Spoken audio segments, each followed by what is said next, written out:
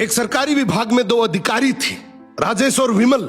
दोनों का पद सेम था, सैलरी सेम थी, लेकिन दोनों की लाइफस्टाइल में जमीन आसमान का अंतर था। क्या बात? राजेश अपनी ईमानदारी के लिए जाना जाता था। वो पुरानी बाइक से ऑफिस आता, सादा कपड़ा पहनता और महीने के अंत में बजट संभालना पड़ता था। इसकी सबसे बड़ी कमाई थी पीस ऑफ माइंड। इसका सर जैसे ही तकिए पर पड़ता तुरंत नींद आ जाती। दूसरी तरफ ये विमल भाई साहब, इनका जिंदगी का बस एक ही मूल मंत्र था, मौका मिले और पैसा ना खाए वो ही मूर्ख है। उसके पास आलीशान गाड़ी, पोस्ट इलाके में बंगला और हर फाइल के बदले टेबल के नीचे मोटा लिफाफा।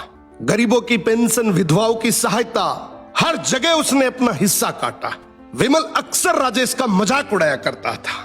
राजेश तो ये ईमानदारी का चोला पहनकर जिंदगी भर साइकिल ही चलाता रहेगा, मुझे देख 5 साल में सब कुछ बना लिया।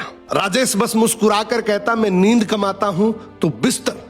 अब कर्म का हिसाब देर से खुलता है, लेकिन जब खुलता है तो ब्याज सहित लौटता है।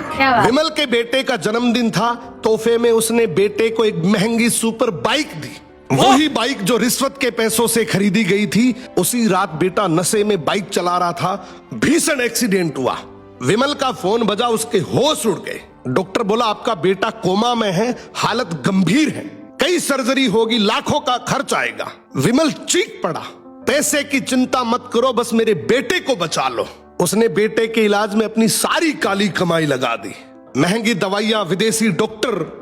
लेकिन जिस बेटे के लिए उसने पाप की कमाई जमा की थी वो बच नहीं सका। जो पैसा दूसरों के आंसुओं से आया था, आज उसके अपने आंसू भी नहीं पहुंच सका। बेटे की मौत के बाद घर उजड़ गया, पत्नी डिप्रेशन में चली गई।